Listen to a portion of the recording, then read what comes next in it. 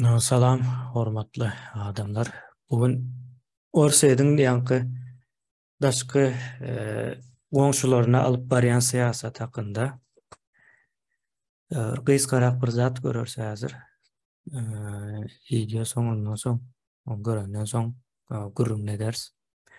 Ne Orseydin Ukraina, Çeçenistana we beýleki ýurtlara şu wagt alyp barýan syýasaty we bundan öňküsem bar.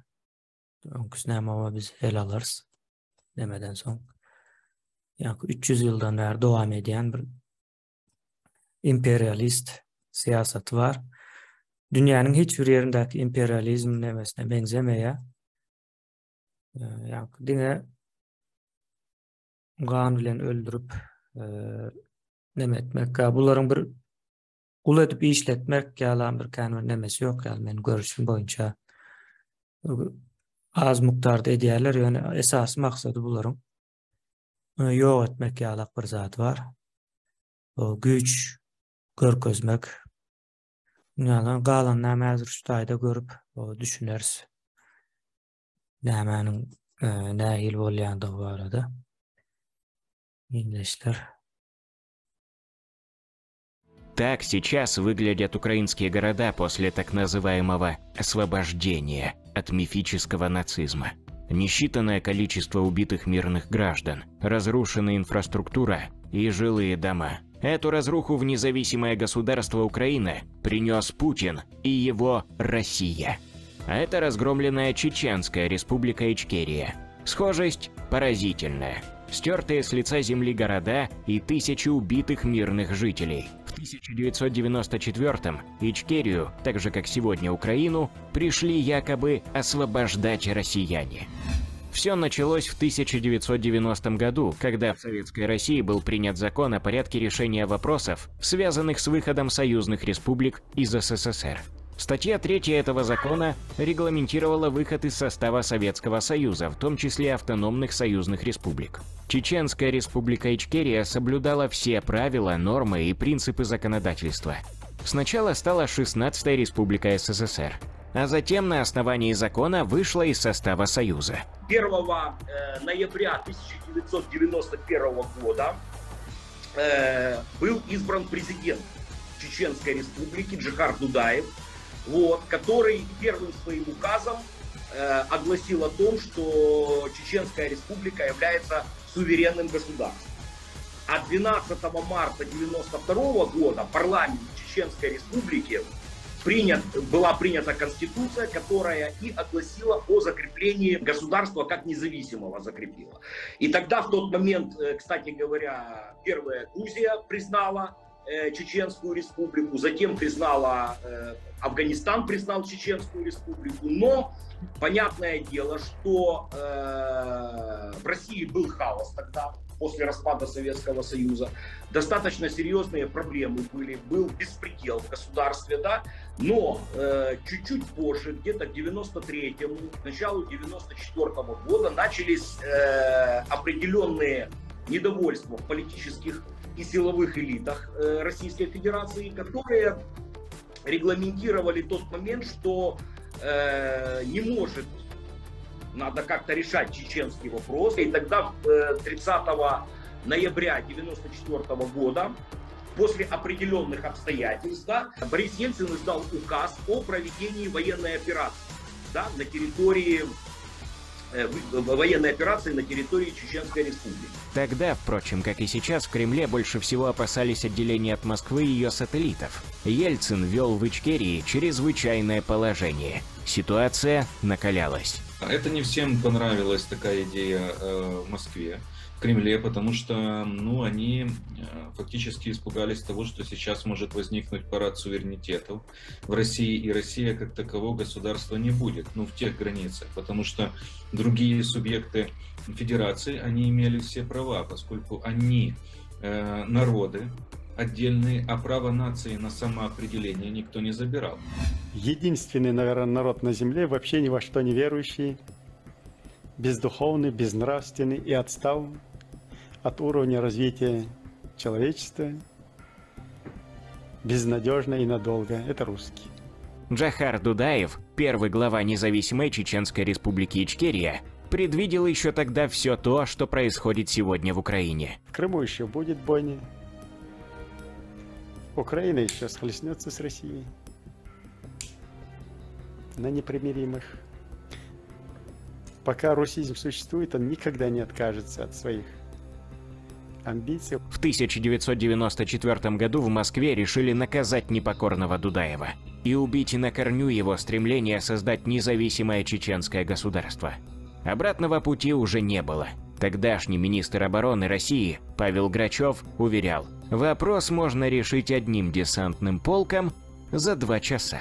Но что-то пошло не так. Операция с треском провалилась. Знакомо, правда? Канун Дня Российской Конституции отмечен 2 событиями. Улицы городов украшены национальными флагами, а в Чечню сегодня на рассвете введены войска.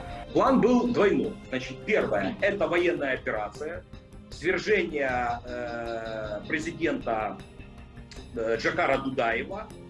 Была создана так называемая антидудаевская оппозиция, из которой был быть выбран один из лидеров. В результате, ну, как считали российские политики, в результате удачной военной операции они должны были поставить свою марионетку, которая, в принципе, легитимным путем все вернет в ту же сторону и вернет Чеченскую республику в лоно Российской Федерации. То есть практически, посмотрите, не меняется риторика тогда и не меняется риторика сегодня российской власти. То же самое. Поводов для вторжения в Ичкерию Россия тогда тоже долго не искала. Работали по старой совковой схеме, которая, очевидно, остается неизменной по сей день. Одной из причин официального начала военной кампании послужило письмо российской общины одной из деревень на территории Чечни, где они якобы призывали президента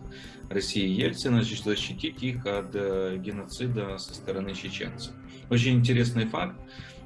Здесь прямо прослеживаются параллели между тем, что Пушилин, Пасечник, да, по-моему, написали письмо Путину в Кремль, где они тоже призвали, как лидеры непризнанных республик, вести войска как раз для того, чтобы защитить население от якобы геноцида. То есть прямые параллели, что там, что здесь. Естественно, никакого геноцида русского населения не было и быть не могло. 11 декабря 1994 президент Борис Ельцин подписал указ об обеспечении порядка на территории Чеченской Республики. В этот же день 3 российские колонны войск вошли в Ичкерию. Но вместо ожидаемой легкой прогулки армию РФ встретило мощное сопротивление. Это был акт агрессии Российской Федерации на территорию Чечни. И эта война продолжалась с 94 по 96 год. Это была крайне разрушительная война. Это была тяжелейшая война, которая была связана с геноцидом чеченского народа, при которой было уничтожено погибло около 120 тысяч мирного населения, около 200 тысяч было ранено. Практически стерты с лица земли было несколько городов, в том числе и столица Чечни Грозный. Была применена тяжелая артиллерия, были применены авиационные фосфорные вакуумные бомбы. Чеченцы, как маленькая, гордая, сильная нация, они сопротивлялись и очень серьезно сопротивлялись. Российские войска понесли серьезные потери в результате этой первой чеченской войны. Многие участники военной кампании были срочниками и не были готовы к реальным боевым действиям. Потери исчислялись сотнями. Через несколько дней российская армия была вынуждена сменить командование, а вместе с ним тактику. Почти все те же проблемы, которые сейчас есть при вторжении России в Украину полномасштабно.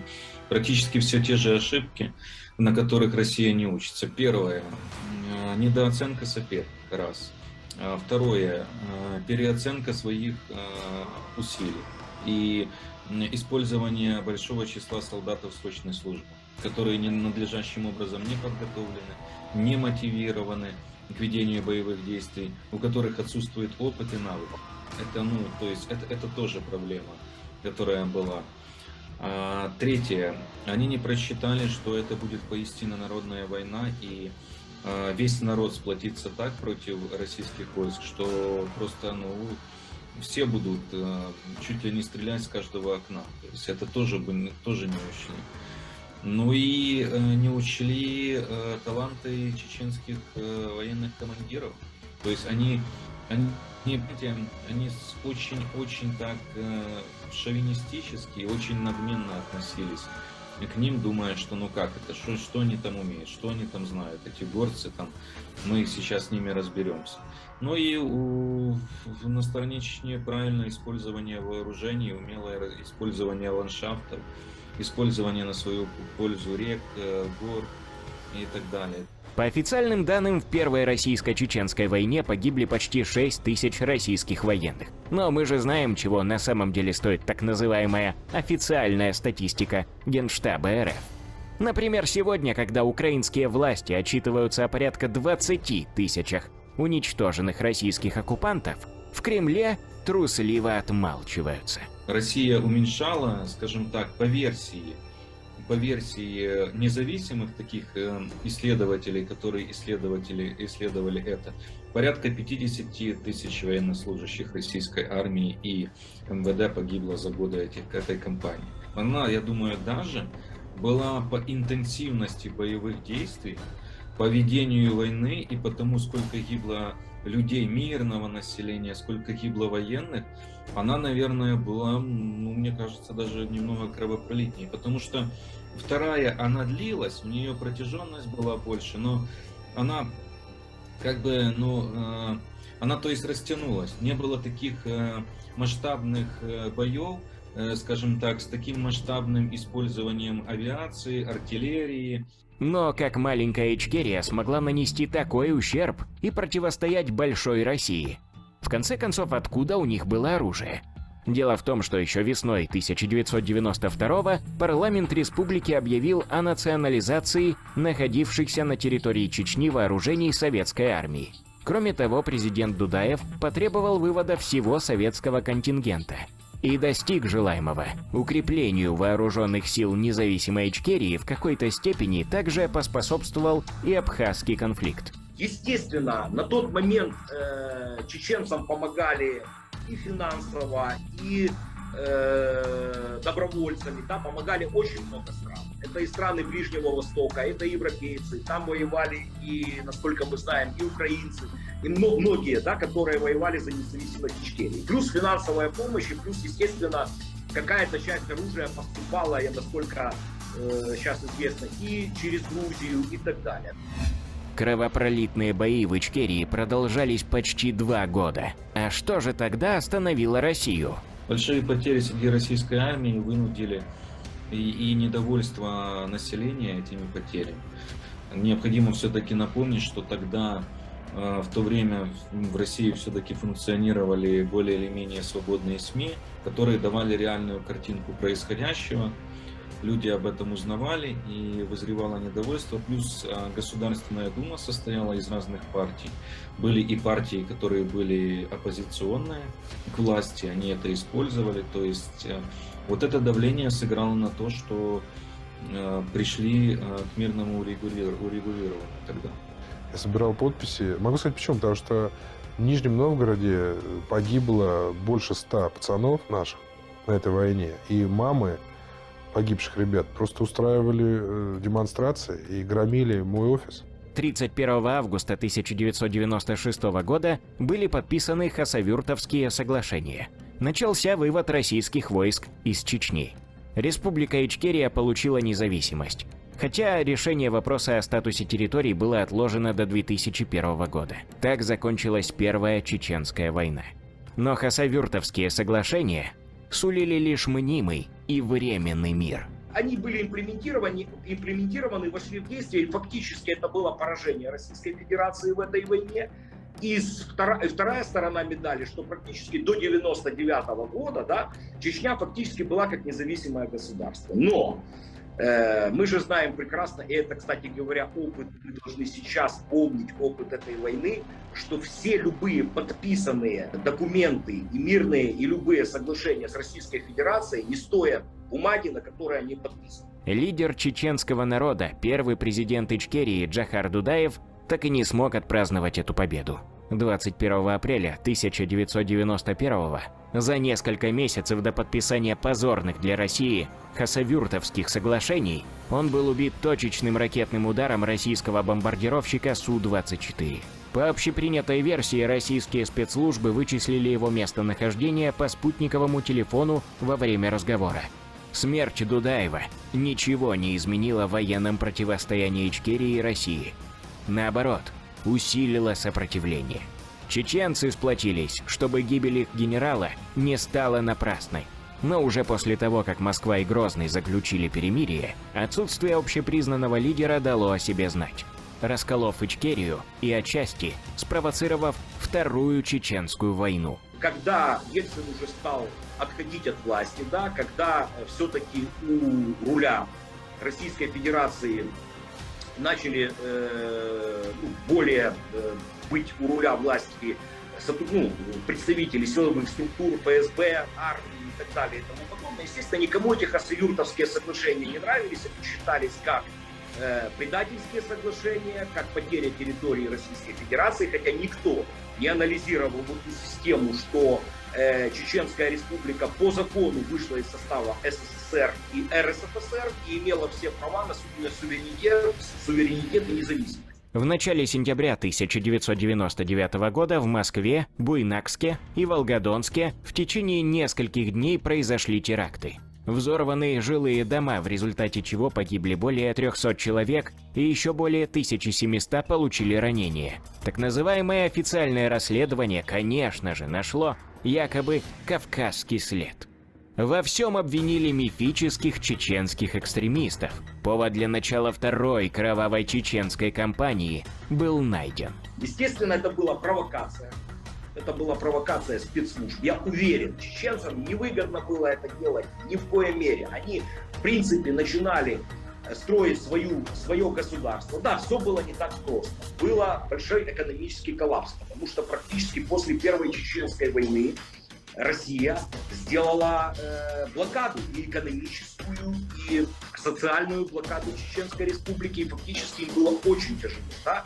Вот. И очень много было проблем и нюансов. Но чтобы проводить вот эти террористические атаки, то это понятно, это была провокация для того, чтобы следующим этапом объявить контртеррористическую операцию и ввести подразделения вооруженных сил Российской Федерации, Министерства внутренних дел, для того, чтобы, как оно называлось, восстановление конституционного порядка в Чеченской Республике. Нужен был взрыв соответствующих настроений в обществе, нужно было начать войну, нужно было так ее обосновать, чтобы у общества не было вопросов никаких, и чтобы взбунтовать эмоции таким образом, чтобы они победили у людей. Намечались выборы, из Путина надо было сделать высокорейтинговое существо. 30 сентября 1999 года танковые подразделения российской армии снова вошли на территорию Ичкерии. Этот день считают началом Второй Чеченской войны, которую Москва назвала контртеррористической операцией на Северном Кавказе. Дежавю? Мною принято решение о проведении специальной военной операции. Весь чеченский народ был вмиг объявлен террористами, как сегодня все украинцы – нацистами. Мы будем преследовать террористов везде. В аэропорту. Значит, вы уж меня извините, в туалете поймаем, и в сортире их замочим, в конце концов. И Россия занялась любимым делом – уничтожением мирного населения. Стариков, женщин, детей, насилием и мародерством. То, что там было совершено, это беспрецедентно, это практически геноцид и террор против местного населения. Он схож, очень схож с сегодняшними событиями в Буче, в Ирпене, в Бородянке, в других местах, Мариуполь, практически, видите, параллель. Военные преступления – еще один фактор, который объединяет российско-чеченские и российско-украинскую войны. Массовые убийства гражданских, издевательства, мародерство, изнасилования стали визитной карточкой российских так называемых военных. Во время обеих чеченских кампаний имели место и фильтрационные лагеря. Например, в Чернокозово, в котором десятки тысяч гражданских чеченцев подвергались пыткам. На самом деле их очень много. Во-первых, это использование кассетных боеприпасов фосфорных бомб. Во-вторых, это ковровые неизбирательные бомбардировки мирных городов и сел. В-третьих, это фактически все признаки геноцида чеченского народа, которые использовались по, во-первых, пытки, во-вторых, это убийство мирного населения, скажем, в-третьих, это уничтожение практически некоторых сел, которые были, расстрелы и казни среди мирного населения, тоже что происходило, в том числе и военнопленных также. То есть там масса, на самом деле, преступлений было, есть даже издательство, если, ну вот я сейчас не припоминаю, 2000-х годов, там описаны эти преступления, но где-то в 2-3 томах издано как раз Советом Европы, ОБСЕ о преступлениях 2 чеченских компаний. Потому что во второй были разные случаи, когда еще и пытки, когда Россия устраивала фильтрационные лагеря для представителей чеченского народа, и там они в невыносимых условиях находились, там к ним применялись постоянные пытки. Были случаи, когда находили, например, погибших с отрезанными ушами. Такие вот казни с тортурами, скажем так, вот такое вот тоже такие случаи. А как же закончилась Вторая Чеченская война? После гибели Джохара Дудаева власть в Ичкерии к своим рукам хотели прибрать многие. За нее боролся и Ахмат Кадыров, отец Рамзана, которого спустя годы разоблачили в связях с КГБ. Именно Кадыров-старший объявил России джихад, то есть кровную месть. Именно он бросил провокационный клич, мол, каждый чеченец должен убить по 150 русских, и тогда якобы закончится война. Это был чистой воды популизм. Громкие заявления Ахмат делал не из-за любви к своему народу, а просто потому, что был жаден к деньгам и к власти. И когда в Ичкерии началась вторая военная кампания вместо борьбы за независимость республики, Ахмат сразу же стал претендовать на роль главной марионетки Кремля. Поэтому Путин и назначил его главой оккупационного режима в Чечне. Ради власти президент РФ с легкостью закрыл глаза на гибель десятков тысяч российских солдат. То же самое сделал и Кадыров-старший в отношении погибших чеченцев. Династия Кадыровых – исключительно кремлевский проект.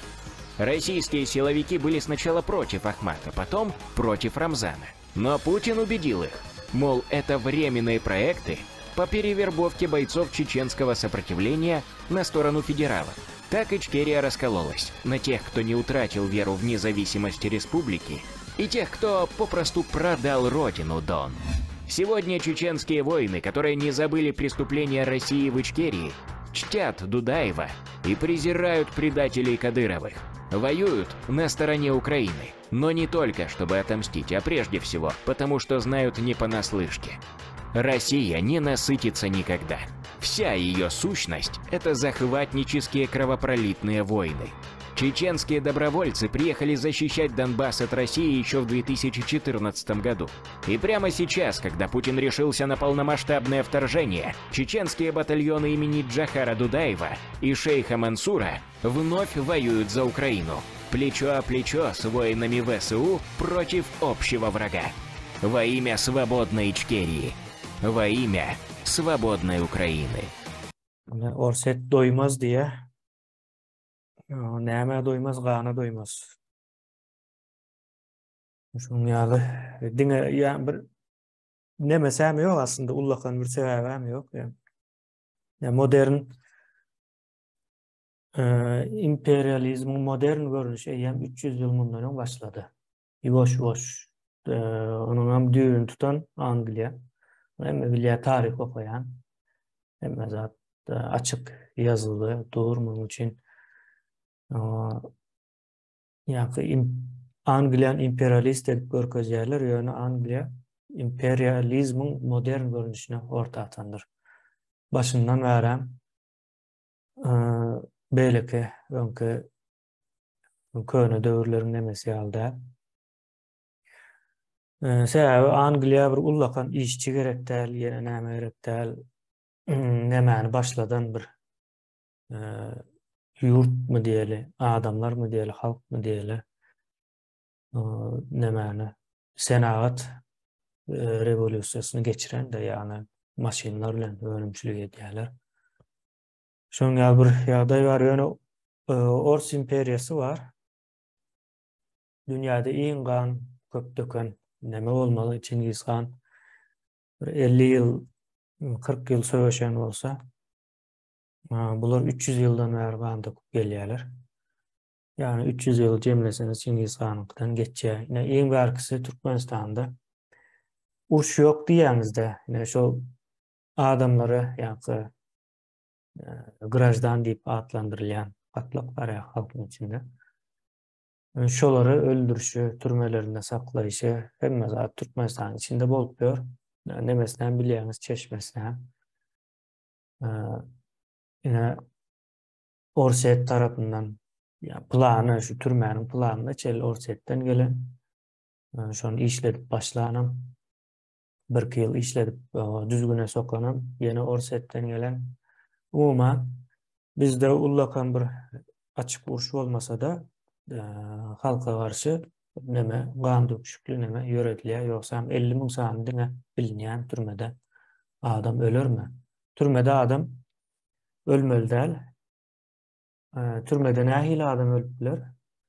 Adaty durmuşda kesellep ölüşüň ýaly ölüplersiň ýa-da öz ejeliňdeler.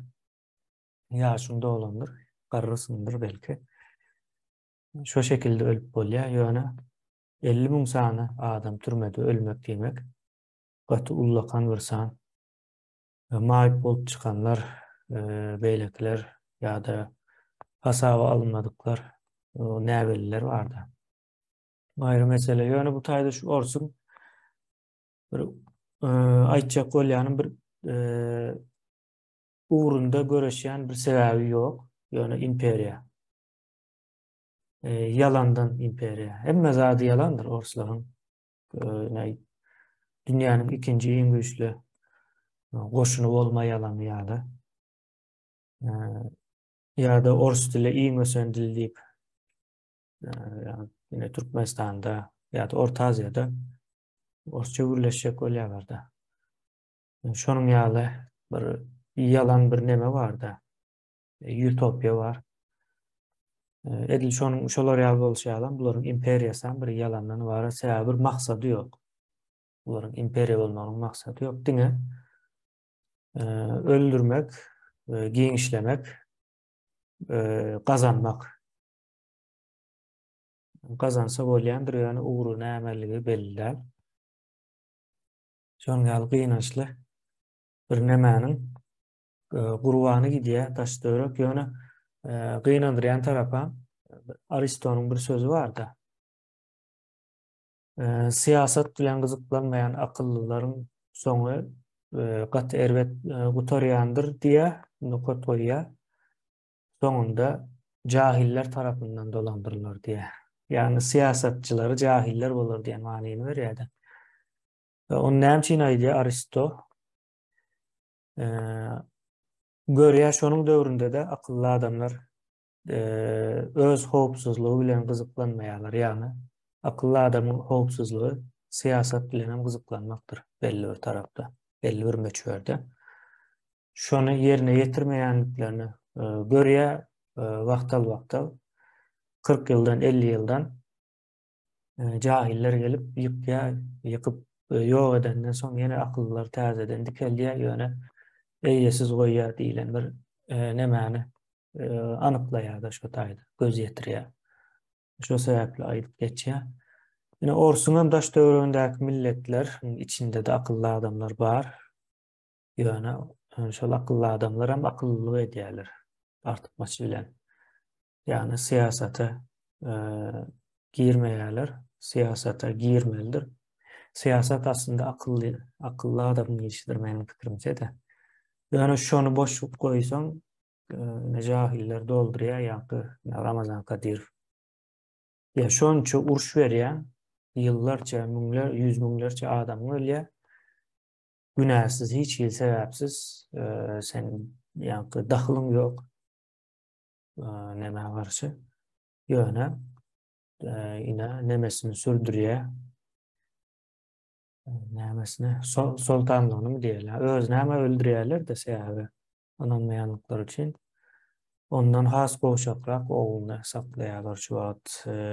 Edil Türkmenistandaky näme diýendir? Ýöne Türkmenistanda diňe şu aktiv bir urşum ýoklugy, ýani göze görünýän urşum ýoklugy galan emme zat bir menzeşdir. Ýene Türkmenistanda da iň uly bir wagtyň içinde amala aşan neme vardır? Soykırım diýilýär, genosit. Genosit ahal töwereklerinde bolandır. Esasen Göktepe galasında.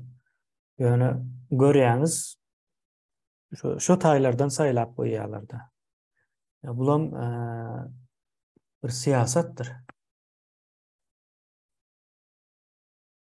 Size o öldürdük, ýöne içiňizden birini saýlap goýduk diýilen ýalyp bir näme getirmek üçin de. İlkinci gaharlanmaly adamlar ahal töwereginiň adamlardyr. Şol nämäni ýadyndan çykarmaly däller. İçinde ýaşadylar. Meniň düşünýäm bu taý ýöne orsun ýöredýän siýasaty şundan ibaret. Ýyldaşlar bu dowam edip dur. Indi buňa 21-nji asyryň bir aýratyn bir häsiýeti bar. Sosial media çykdy, internet var. Emme zat göz öňünde bolýar we gün watarın bir öňe sürýän bir filosofiýasy bar. Yani dünýä bundan soň kanunlar bilen dolandırılmalı, kanunlar bilen regulýr etmeli, kanunlar bilen problemalar çözülmeli diýilen ýalyp bir düşünjesi bar. Şonuň üçin gönümel urşa girýän däldir. Ve urşun bol potansiýalynyň bolup biljek ýerlerine esker sokýandyrlar. Bu aýry mesele.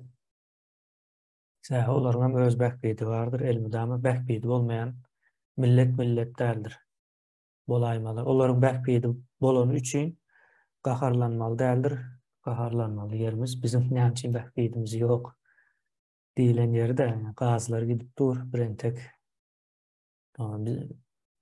Bizim pullarımız ölüp gidenlerin pulları, bundan soňky doljaklaryň pullaryna eýe çykýan türkmen şu wagtda çelli ýok. 100 ýyldan bäri. Büdjetimi diýeýin, hazynasy diýsek hasam dogry bolar. Ýani milli büdjete eýe çykan türkmen ýok. Gaýtam şu hazynany soýýanlara kömek edýänleriň sany köpräk görünýär. Olaram aktiv bolan üçin köp görünýär. Bağlany passiv ýoksam ýarym prosentde de ýetmäş olaryň nemesi. Orsun şu akıllı adamlar eýe çykmasa, ýani siýasata düşjek gün şoldur. Näme üçin Ýewropa düşenok, Ýewropada hemme zat akyl bilen çözülýär. Akıllı adamlar öňde tutulýar, akıllı adamlar gorulýar, akıllı adamlar ýetiştirilýär. Ýewropanyň demesi şol. Aýratyn tarapy ýoksam olaram iki ayaklı, iki elli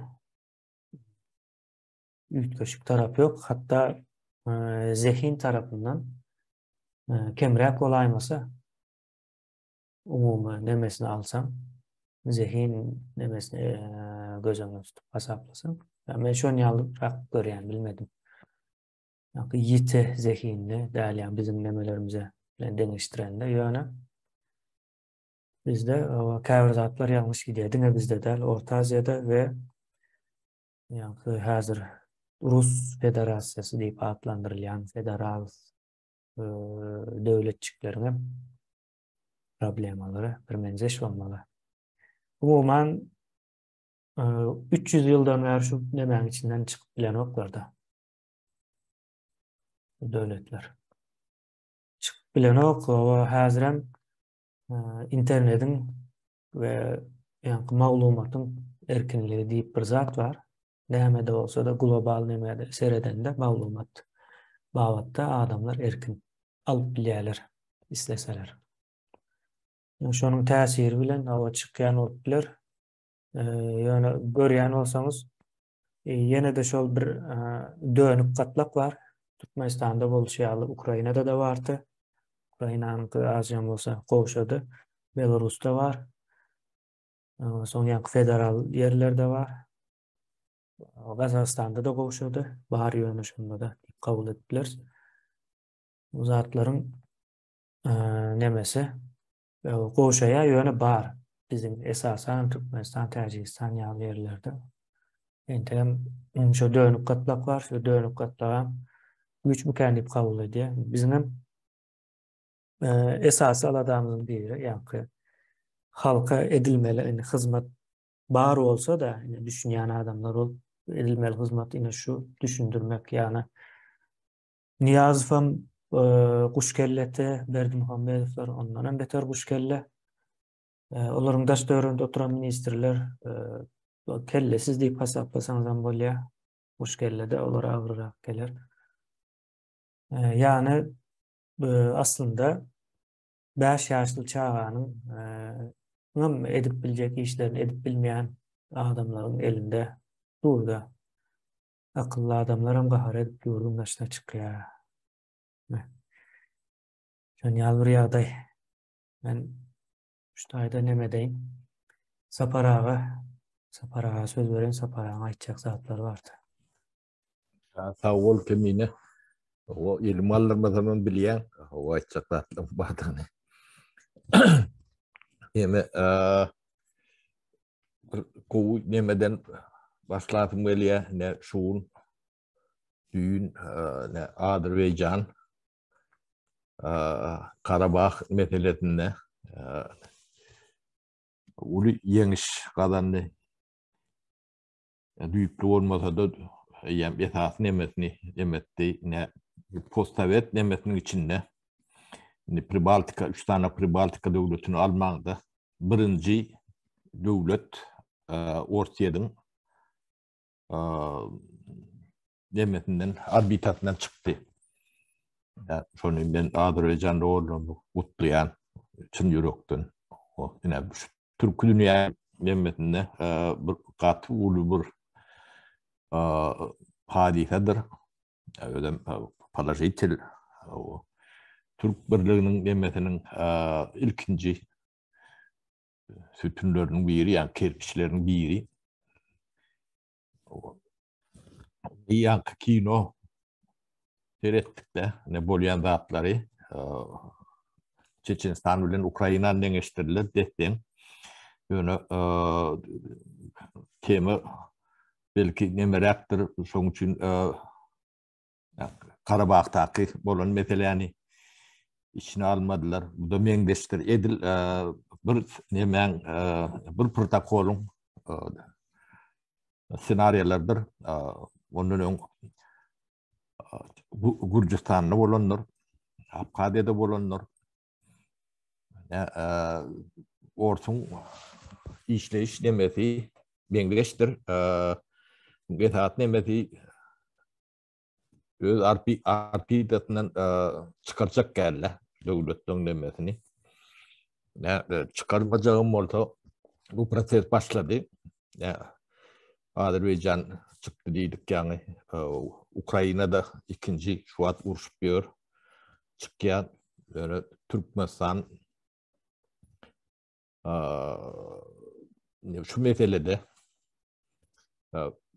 böyle külahı cemiyet bulup biz böyle prensipini açıklamalı.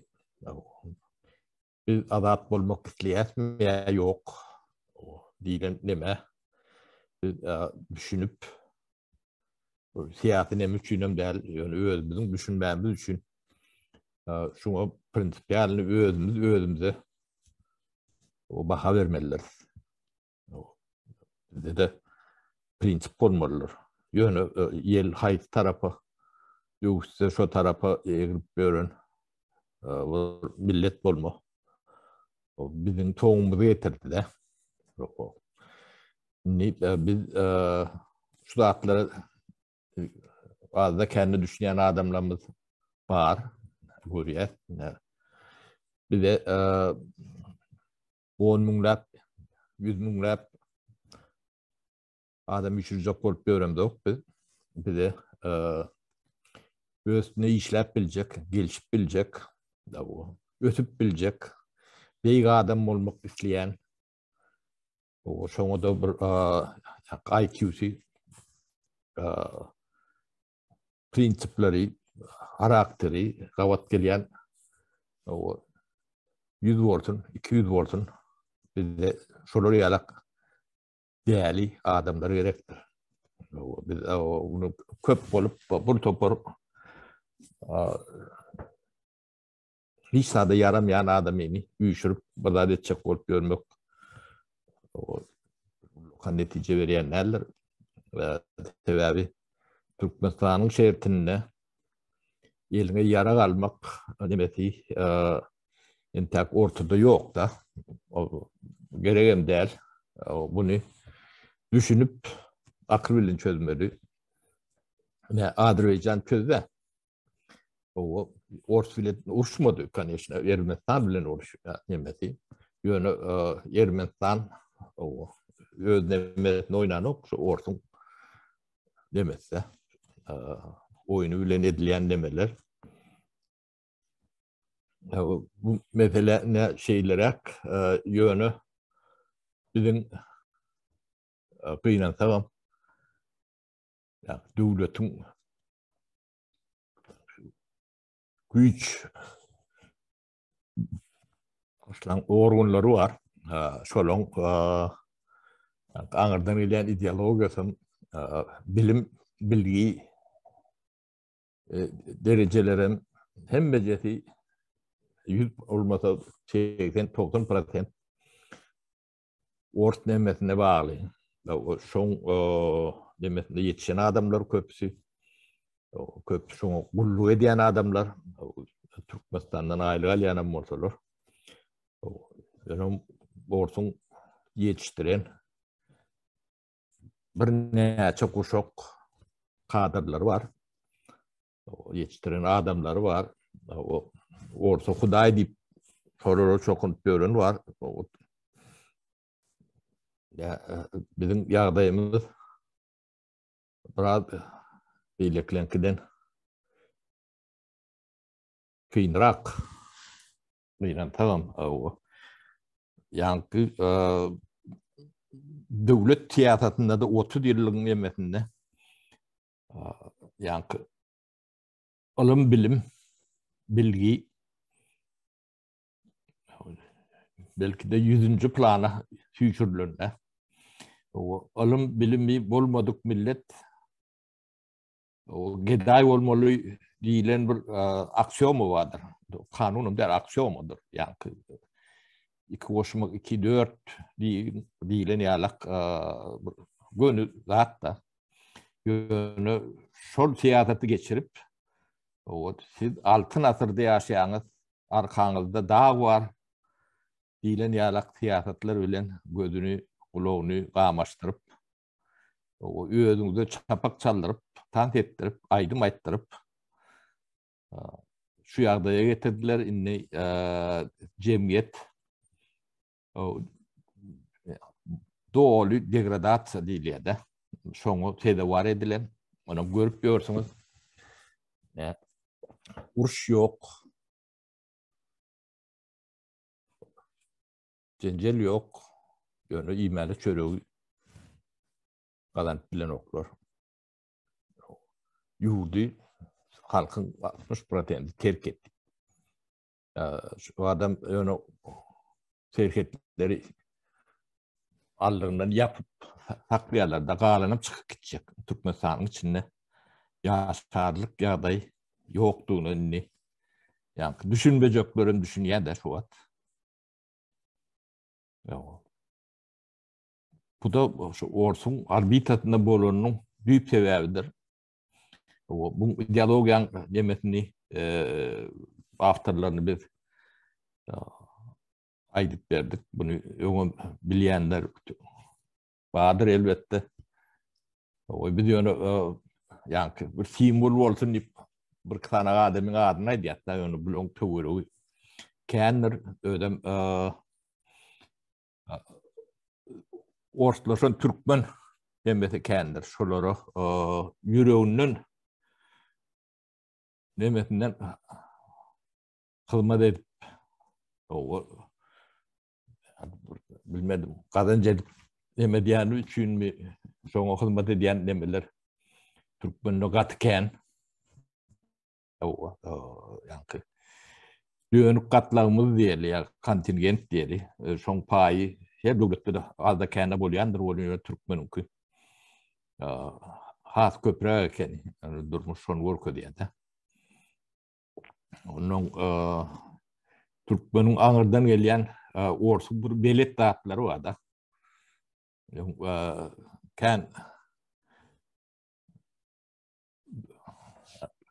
şeyde var ya uçar olan yağdaylar var da batvalca kolonda da ya gökte pahalatını 60 versin yılın 80 yılı çelini deme diye ne açıl oluyor 16 yılla oluyor bu kaydotuz tavuşun yağdayım var Türkmen'in ya sodatları orsun bilgisinde sodatların köküyle yok etmen gerektiğini katı düşünen olmalı. O sodatları şeyle diliye içinden adırıp bilen öğündü ki Türkmen'in tarihinin yoktuğunu bu millet değerlerinin bir tayfalan toporu dilen demeni, düşünceni 30 yıllık Türkmen tarihçileri el bilen demedilendir. O hakiki tarihçilerin hem de batıp sürgün edip o yitirendirler köpsünü attılar, yitirdiler. O Türkmen şolun ağıtlarından bilen o bizim dememiz milletimiz gelip görün nankör, nadan yani sürüyalak bir yeme olayla tutturlar da. Elbette içinde ne hilekleme de olsa andak geyenler bir yerine çıkıyor. Bizim baktığımız solatları oyorup yani oyormak için bir kulak düşünmeli bolayan zatları. Ukrayna'da bolayan zat orsun büyünkü ya bugünkü nemesi değildir. Anırdan 300 yıl bundan gelen zatlar şunu. Şunun hemme ediyen adam bir menleştir doğru hiç tadı yoktur orsun tarihi sizin şu okap bilip öğrenen tarihiniz değerler yalanlar hem vecesi falsifiyerindedir inni devam olsa şu internet yani sosyal medyalar has açık o tarihi orsun tarihin tereden gözdiriliyor katiken materyaller vardır ortaya değerlerini bu milletin beyikliğinin hem vecesinin aşağında yalanlığını tarihi yoylanlığını unuttuğuca hat giyin özünüz görürsünüz, düşünürsünüz. Şuna çenli ortayanın içinde 60-70% Türk'ü milletlerdiğini bileyen miydiniz? Yok. Şu arada yazı kavgam yoktur. Onun içinde de böyle ki hem birbirine düşünüp gören milleti yani alfabetini ütgödüp 100 yılla 3-4 sapar ütgenem var da Türkmen'in alfabeti son 100 yılın içinde 3. 4. ütgöşü her sapar alfabet ütgende tarihin yok ediyendirler. Medeniyetini anırdan yazılı da adım olsa yok olup gidiyendir. 100% olmasa 80-90% el yeterli olayanlardır. O 100 yılın içinde bir kuş tapar etsen anırsın, tapı olmalı. O da hem de yedilen onun yönü biz bir kitap okuyan millet değil, kuyunak malın yedin çıkıyorum millet. Olurlu. O kendi tarihimiz bilenin balıklarımız o. O çok için bizi yolun bakım çıkardılar. Şubat 16-15 postsovet respublikalarının içinde. En ağır yağdayı Türkmenistan'ınkidir. Baylığına, eylek nemelerine karamazdan adam resursu katı jala iskinemeden katı ulu urga tedavar edildi de. İnverkti maskalı istudu dargıdıldı da. Öyle Türkmen şu nemesi institudu Ağırdan gelen değerli turlar öyle. Katı bir kotordan olmalı. Bunu şunu tartışmalar şu an ilgili maskala. Görküt bilecek demeyen katı seyrektir. Görürlerce adamı onun seyrekleştirirler. Adamla tevir hüyafiyetleri oluyor da. Onun hem bezetini yoyup hem edip bilirler. Ne tevir söylüyor da düşünceler yok. Tamimet barada kan gurrun ettik oluyor. Ne ömrünü yalan söylemeyen millet durmuşunu yalan olur yala gidip bilirler de. Bunu bilmedim.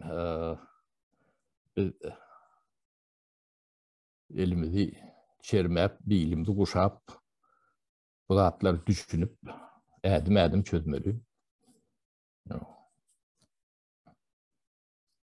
Yankıyalık kinoları seyredin, netice çıkaracak olun. Yakı filmler değil, Katıken tarihi değişli. Ne Kazakhstan var da Katıken nemeler vardır. Azerbaycan var da Azerbaycan milleti o Türk olmalı.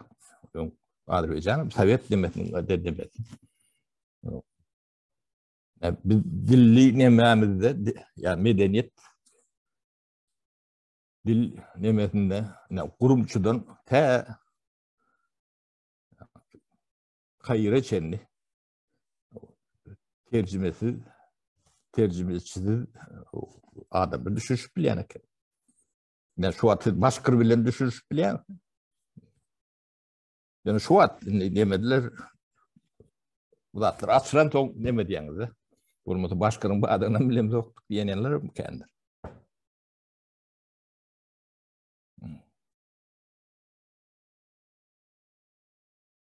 Yok. Kara katnaşıklık demek diyorum. Kavkaz'da bir topor milletler var. Karaçaylılar değildi, Kumuklar değildi. Böyle dilin alak.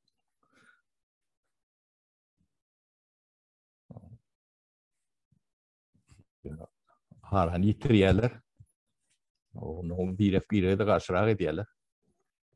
Kırılışıp görünüm oluyor. Yani şimdi yine de 50-60 yıldan İran'daki soydaşlarımızı bilen düşünüş bilmez.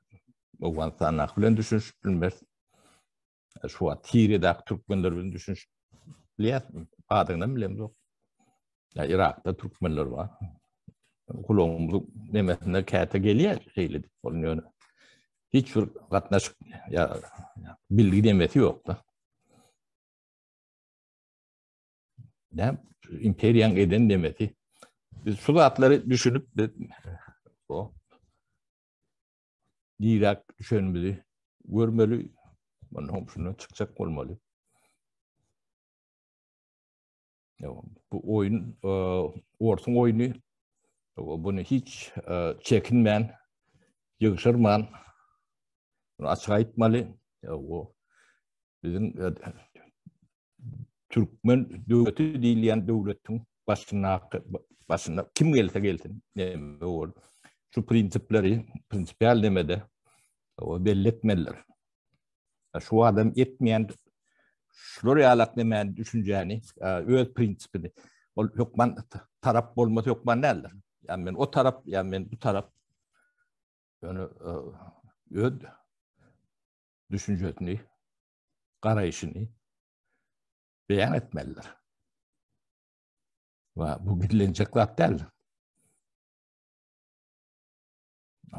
Orası bile düşman olmalıyla zat yok. Şu bolayan dağıtları düşünüp onun tarafını belli etmelidir. Yani şu vakit devlet siyasetinde şu zatları görüyen bir zat görüyensiniz olun öyle. Aydan da atlamız değerler. Orsun kurcavudur. 100%.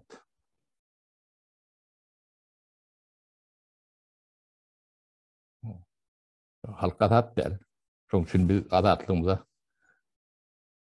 elimiz almalı. Yani adat mı kalktık gelip görecek olacak. Bizim varacak yerimiz belli. Bizim şunun elinden 20 asırda öz adatlığımızı alıp bilmesek millet olmağa hakkımızdan yok. Maral taydan. Yani şunu düşünmeyenim, ben Türkmen ya men planda at deyip görmedine de gerek var. Kayaklı canlardan ütküş. Neme değerler sebebi. O başka milletler eti böyle arasında işgariye, hizmetkariye koşa rol oynuyor. Teoride orun ölmeyecekleri belli.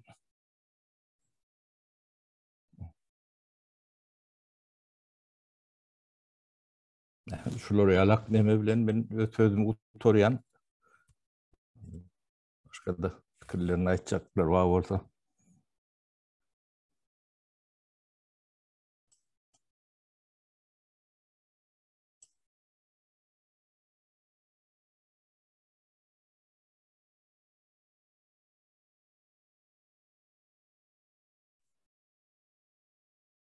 Nereden ben sen alıp barcı ol.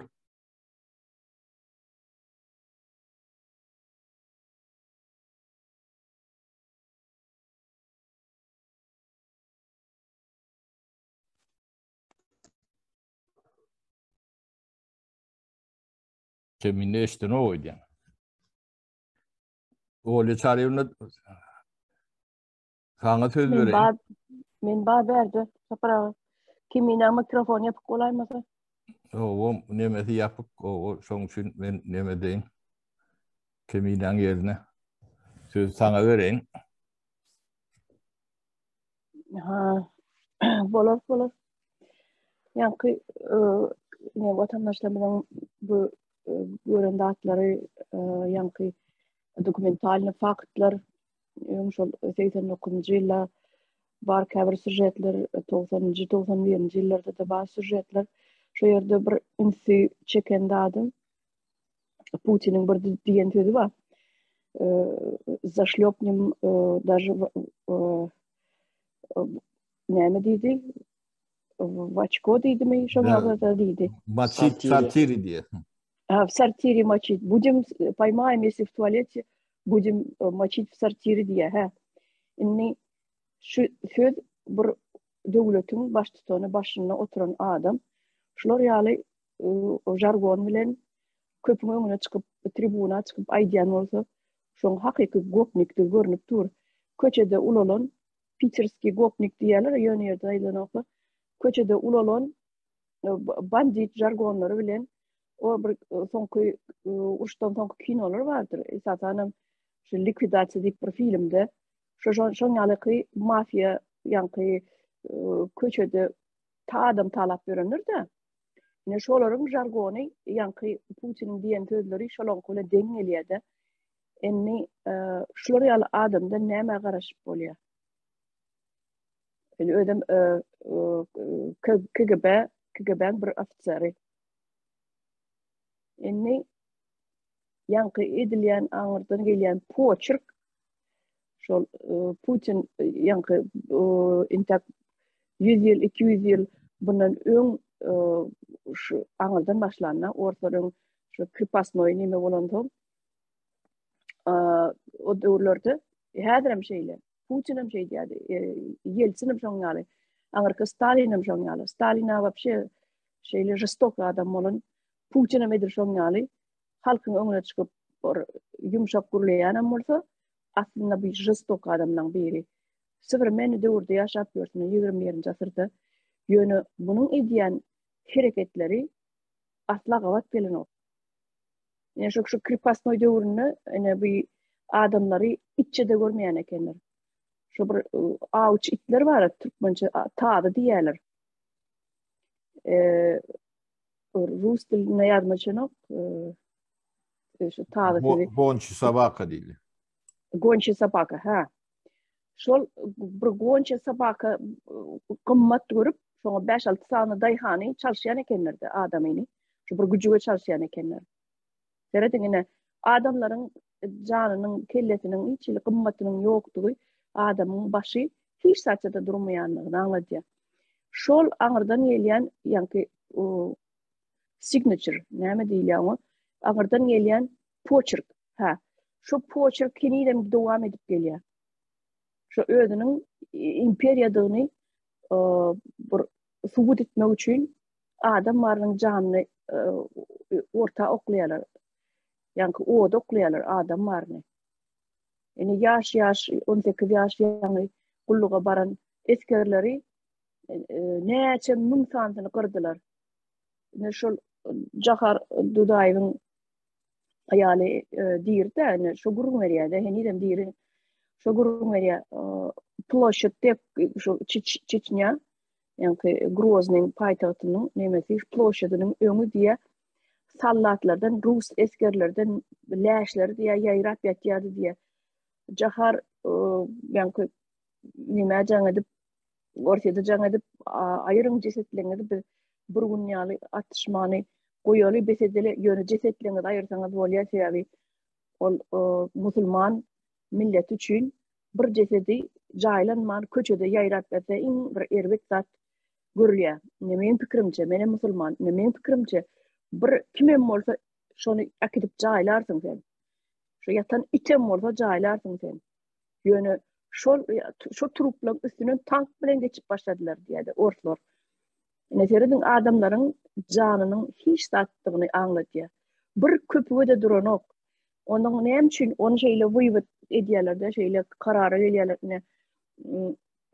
Bezvesti propavşy diýip berer bolyn, enesine atasyna pensiya töleme diýaly.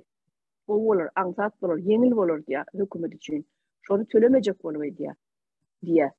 Oğlum şehitdiler diye şu Çeçnya urşunu, Çeçenin urşunu şehitdirler. Tallatlarını yığınamanlar orset. Şol ölen musun, neme tölemenler. Çağalar ölen son enesine, atasına, yani pas sohbet ölenye. Öllü yine şehit boldu deyip. Şonu vermeyecek bolubum, yani şonu reali. Bezvisti propavşi dikki diye köp spisekte de. Arasında da ne Nemtsov'un, Boris Nemtsov'un diyen sözü vardır. Yani şu gubernatör olup oturanlar, men ofisimi daşlap diye, daşladılar diye, eneler diye, üyüşüp diye. Näçe sany yüzlerçe tallatlar öllüň, bar eneler üyüşüp, demonstrasiýa etdiler diye. Men gapymy, ofisimi gapysyny depelep diye. Han tapyň biziň nemelemidi, biz oglumyzy ölmäne, siziň eliňizde ölmek üçin gullugy bermedik, 2 ýyl gullugy berilen tallatlar da. Siziň eliňizde biz gullugy ölmek üçin ya Çeçene uğratmak için vermedik diýdi. Ne şunu edir şu wagtky bolan waka, ne Çeçene de şu wagt gidip durda, Çeçene de bolup duran waka. İkisem deň, şu signature diýip şoňa diýenmen. Şu poçerk gelýär aňyrdan gelýär. Gruziýada da şeýle boldy.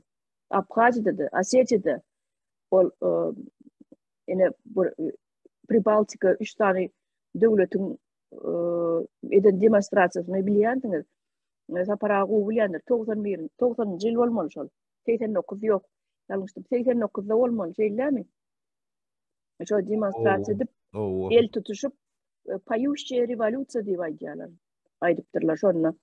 Her kim aýdyp sözlerini bilmese de bir-birine geçirip, öwrenip, şeýdip el tutuşup, şeýdip, şolar ýaly edip demonstrasiýa edipdirler, rewolýusiýa edipdirler. Onu ulu bular ýalyk jertwedat bolmadyk ýöne şol başda 3 tane döwlet öz başdak bolan galanlaryndan inni orset elinden tapdyrmajak bolýar, gidirmejek bolýar. Şol eliniň aýatynda saklasy gelýär. Ýani kemini de aýdyp geçdi, ullakan bahanasy ýok. Yöne şu özünün imperiyasını näme diýilýär, ambisiýa diýilýärmi? Ya şu özünün nemesini görkezmek üçin edýär. O taýda bir ulakan bakara da yok. Ya Çeçen'de näme ortlar gysyp çykardylarmy? Ya ortlary diskriminasiýa etdilermi? Çeçen Respublikasyny beýderýärler. Ene aýdaly Ukrainada ortlar ýaşaýar, Donetskda, Luganskda bar aýdaly şolary gysyp çykarýar diýerler. Aslynda onlar ýalda ýok. Hiç kim hiçmi gysyp çykaran. Sen barıp orçça urasan orçça jogap berýärler, ukrainça urasan ukrainça jogap berýärler. Spokojny olar ýalda ýok. Ya birini öldürjek bolup, atjak bolup duran okda sen orçça urladyň diýip. Yani olam ýanky bahana. Bahana şol döwleti özüne bakyn etmek, elinden gidirmezlik. Ene şeýlerak meniňe aýtjak zatlym şulardan ibaret ýöne gaty gynanyrjy. Kawol. Aydyna söz bereli. Salam kardeşler. Menem yankı videonun nämesini birazcık komentar edecek. Şimdi Rusya'dan birinci Çeçenler bilen yankı girende birinci sapar 2 saat 3 saat deyip söz verýärler. Atıratçı diýerler ona. Orsan sözleri söz olanışı ya bilen oklar ya da bilip yanlış olanyalar. Bilen ok yani sözlem vurulan sözleminin manası yok. Yani sözlemin kuruluşu vardır ve dil bilen hem o kuruluşun nämesi şekillenýär de görünüşü. Yani Rus dilinde yine uruş olsa şuna başka bir zat diýär. O zat olsa da şuna başka bir zat diýip ad koýýar. Bu eýem yankı öz aralarında habarlaşıp bilmezlik ya da düşündürüp bilmezliğe getirýär. Gürleşip bolan. Gürleşip bilmeyen olsa insan olup bilmeyen. Şimdi Çeçenistan'a yankı girmek ikinci nämesini men bilýän birazcık onu araşdyrıp gördüm. Rusya'nın içinde nämeler bolýandyr. 4 yerde ýalňyşmasam terakt bolýar, 5-ncisinde de haýsy şäheri. Ya Moskwanyň ýakynragynda bir şäher. 5-ncisinde de polisiýa tarapyndan tutulýar ýankylar. Ýöne tutulanda ol şol wagt yankı döwlet işinde kim Patrushyvmuş ol. Ben familiýasyny ýalňyş bilerim. Yani Putin'in yakınındaki bir adamla şoların adamları oluyor da. Son näme diýip habar berýärler? Uçeňe geçirdik diýerler. Polisiýamyz bu işle diýip habar berýärler. Ýalňyşmasam sen ýalyrak bizatlar. O indi ýaryan ýanky jaýlary ýaryp orusları öldüreni özem orus. Özleri öldürýär, soňa başga bir etdi diye töhmet atmak. Indi men berden näme geljek bolan Türkmenistanda ministr bolup işlenler, iş adamları, beýlekler hemmesem şolara başga bir zat edip şol taktikany ulanýandyrlar. Kişi üçinem, bir döwlet üçinem ya da bir topar üçinem şol bir taktikany ulanýarlar. Ertir biri gün misal üçin amamızda yine Türkmenistan diýende o Türkmenistan diýip pikir etmem. Türkmenistan olan olsa birazcık özünün yani saparaň aýdýaly prinsipi ya da özünün şekli olmalı. Türkmenistan'ı analiz edecek olsan Rusya'da analiz edilmelidir. Rusya'da nähili özüni alıp barýan olsa siyasi tarapdan Türkmenistan eddil şoňýaly özüni alıp barýandyr. Üýtgeşik hiç zat yok. Hayran galaymaly. Töhmet atmak yine Çeçenistan'a girmek için töhmet ile siz yardınız, yine şolar etdi diýerler. Özem Oruslan nämesem näme işleýär. Ýanky FSB diýerler, milli howpsuzlygy. Näle işleýär? 10 ýyllyk nämeleri jenaýatlara gaty çal tapýandyrlar. Bir hepde de, 2 hepde de eýem karar çykarýarlar. Suud etýärler. Ýöne käbir jenaýatlary hiç haçan tapyp bilmeýärler. Bilemiz o. Kameralar uçupdur, yene olupdur, şayat yok, yene şoňýalydyr. Mesela için bir jurnalist öldürülse Rusya'da, bir adam öldürüldü, şonu tapıp bilmeýärler. Ýöne biri gelip ýanky 5-4 ýerde jaýlary ýaryp gitýärler, onu bir hepden içinde tapýarlar. Yine olan işleýşen bir hili şüpheli bir zat. Türkmenistan'a gelelim. Türkmenistan'da da eddil şoňýalykdyr. Eddil şoňýalykdyr. aydalı bir minister türmeye basmak için başka biri bir zat eder, sonra çok minister etti diğerler ona türmeye basarlar. Başka hile ütkaşık tarafı yok. Yani Türkmen böyle ya Türkmen Monyalık oyunları edip bilir. Aydalı Niyazov şol oyun edip bilir diye. Yani Niyazov'un öz poçerki olmalı değil mi? Ya da Türkmen'in bir öz poçerki olmalı değil. Yani açacak oluyor zaten. Hem için edil şol bir protokol kullanılıyor. Şonun golasında bolan son bolýar. Keneme aydın. Gol aslında olan zaman bolup biler ya da şol edilen şol aydalı minister türmeye basmalı olsa o Türkmen aklı bilen edilen okuyun. Şol oruçun aklı bilen edilen şol bir yankı şkol değil ya da şol bir şkolu geçen adamlar değil. Şol bir okulu oturana. Okulu ise binada ilk göz önüne getirmeli bir sistemin içinde yetiştirilen yani hem nemeler menzeş. Yankı indi şol çeçelerin misal için Cahar Dudayev garaşsızlığını ilan etmeye ve ayrılma Orusiyetten ne için öyle Orusiyetle şol görüşüp bilmenin sebeben o Orusları tanıyan adam, bilyen adam. Nereden bilye? Yanlışmasam Ukrayna'da yetişen bir adam olmalı. O Esir'in koşunda şol akıllı ediyor ve Ukrayna'da yetişen Ukraynaların tanıya. Ukrayna'da birazcık Avrupa yakın olan son azatlığını emediğini biliyorlar. Ve elit bir adam. Cahar Dudayev. Yani elit adam kim böyle ona rızıklanıp görürseniz elit bir adam. Şöyle durla üstünden böyle sözden kurşundan elit adam bellidir. Yani sözler olan yanına. Elit adam orsu tanıya orsun güçsüzlüğünden biliyor. Ve şol orsa boyun eğmeye istenir. Olmasa orsu şol istendik bir yeri özüne koşmak için hükmen basıp almak gerekti hele. Basıp almak o en sonku nemedir. Basıp almanın koşup oluyor özüne devletleri. Yani Singapur'a seyredin, neme Malazyan şu hatta adı nemet yazma düşünüp şondan ayrılmayacak oluyor. Yani sonunda bolanok yani demografiyan yüzünden koşulup bilmediler. Yöne koşulmak isteyediler. Şonuyla bir devlet olmak isteyediler. Olur neme koşuna uğradan ok, basıp alan ok, yöne bir olmak isteyediler.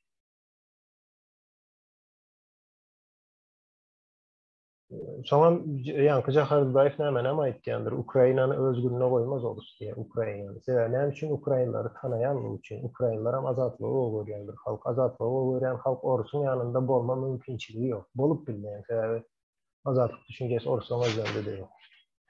Azat olmak düşünjesi. Ondan soň yankı uruşyň stili vardır. Yani uruş näle edilýär? Orus uruşan wagty Oruç'un bir filosofyası vardır. Hemmesinde vardır o. Yine Türkmen'de de vardır. Özbek, Kazak, Kırgız hemmesinde şol filosofya yani bir ayrandır. Näme diýerler? Sila jest umanina da diýerler. Indi men bu zadan birazcık analiz edecek olsam yani güç olsa akıl gerek değil diye de. Yani men akıla da bir güç diýip bilýän. Orus şu akıla güç diýen ok. Sebäbi şu sözlemden belli. Akıla olur yani bilime, akıla hiç ili hormatı yok o toplumun. Bu yankı sila jest umanina adı nereden çıktı? Bir adam yazan zadı değil. Şol toplumun döreden zadı oldu. Onun iyisi şol halktır. Ya da millettir. İstoçnik yani çeşmesi şol millettir. Demek nereden çıktı? Bu milletin filosofyası şol, düşüncesi şol. Ya da düşünüş şekli, dünya arayışı şol. Gücün olsa akıl gerektir diye. Güç diyenleri demek yankı näme güç? Yıkıcı güç. Ziyan verici bir zada güç diýerler. Sebäbi akılam güç diýip hasaplanýar. Akılam bir güçtür. Gücün her hili nämeleri olup biler. Yani orası için akıl güç değildir. Sebäbi şu sözlemin içinde aýdy otur o zada. Akıl güç değil diye hiç saklıyor. Gücün olsa akıl gerektir diye. Yani aslında akılın özem güçtür. Son için uruşta bunlar giriye yankı aydalı bir tarafta sniper var, bir tarafta da yankı näme var da pulemyot diýen näme diýilýär tankların üstünde zat ulanýan. Ne olursa pulemyotla atıp bilýär, sniper atıp bilen oklar, ulanyp bilen oklar. Yani men oldusyna aýtjam. Son için görýärler karşıda bir binany yıkmaly mı? Şo binany näde vurjak aydalı 8-9 kilometrden binany? Son yankı näme gelýär? Güýjüň bolsa akla gerek ýok diýe. Binany ýypjak bolsaň, şoň daş döwere bir 5 kilometr radius bilen hemme zady arasy salaýan, binada ýykylýar diýer. Neşe edip yıkılıyor. O 5 kilometre daş dövründe çağlar vardır entek. 1 yaşlı, 2 yaşlı, 5 yaşlı entek durmuş neyme. Hiç sadı görmedik çağlan hem mesela öldürülüyor değil. Adamlar, ayağlar hem mesela yok oluyor.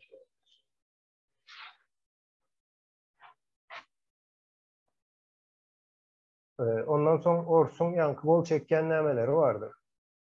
Ne diyeyim? Kağızları var, gol çekenler. Anlaşmalara gol çekendir. Yöne şu gol çeken anlaşmasının izinde duruyan bir millet değil. Hiç kaçana. Mümkün değil.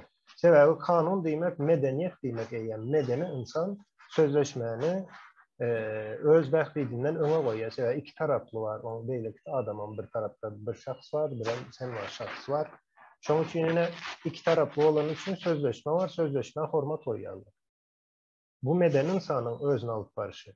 Yani medeni vahşi insan sözleşmeyle nereden bilsin sen o aydalık oyunları ertiri yerden saat 9'da çay su içeceğindeyse olaşıp biliyor musun oyun ile? Bor diyer yani yine eden nedir? Edil şunu yalıdır, medeniyetsizdir, vahşidir. Yine Türkmenistan'da da şunun izlerini görüyoruz. Karzına pul verdi, alıp bilmedi, uruş dava, pulunu verip sözleşme öyle aldın. Sen söz verdin yine karzına pul veren sonra izne veren. Veriliyor musun?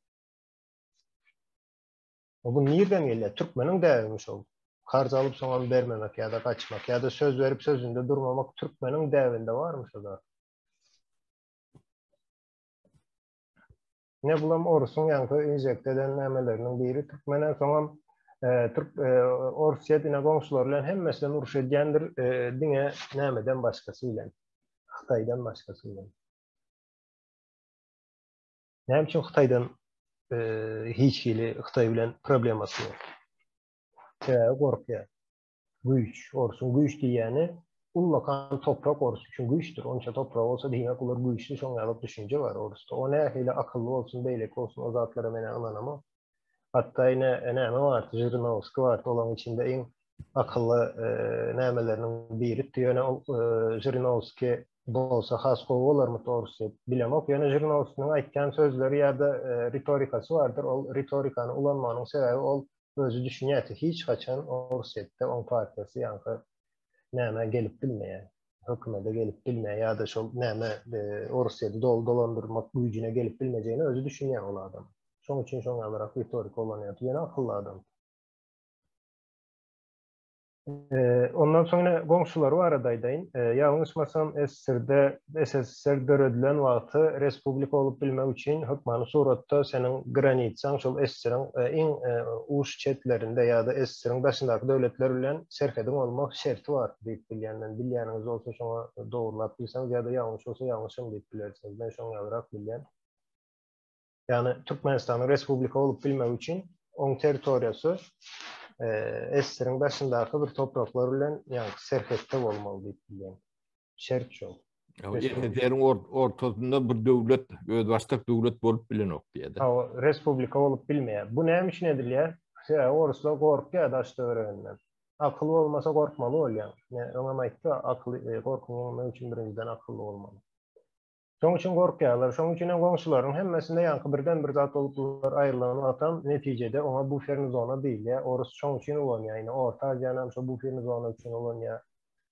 Belarus'am şoň üçin bolanýar. Özem şu ortada galjak da birden bir daşyndan bir zat howp gelende ýöne şu oňalyk bir basyp almak ýene oňalyk bir düşünje ýok hiç bir döwletde.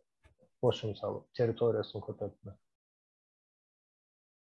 Ne şov olup hizmet edeceğiz biz yine. Orta Asya'da şonyalık, Ukrayna'da şonyalık, Belarus'ta şonyalık. Rusya'nın bu ferin zonası olup hizmet edeceğiz. O içindeki adamlar birbirini öldürüyor mu, kırıyor mu o zaten işi yok Rusya'nın. Şov raketi atıp bilen bir sistemanın öz granitsasından bolup bildikçe uzakta olmak için özünün yankı Sputnikleri değil de şonyalık devletlerin hem mevonsulardır bu ferin zonasıdır olsun. Yani koruğu için, korkanlığı için şunları elinde tutmak isteyen. Ayrılıp başladın, misal için Avrupa koşulacak değildi, NATO koşulacak değildi, Ukrayna. Ukrayna garaşsız devletten mi? Garaşsız olacak olsa kime koşulandı ne? Yani karış, Orsun özü bir yere koşulacak ise koşulman bilir mi ya da atım nemesini döretçek oluyorlar yarağını yine özlerinde var atım yarağını ulanacak bir yere ama hiç kimse çözemez.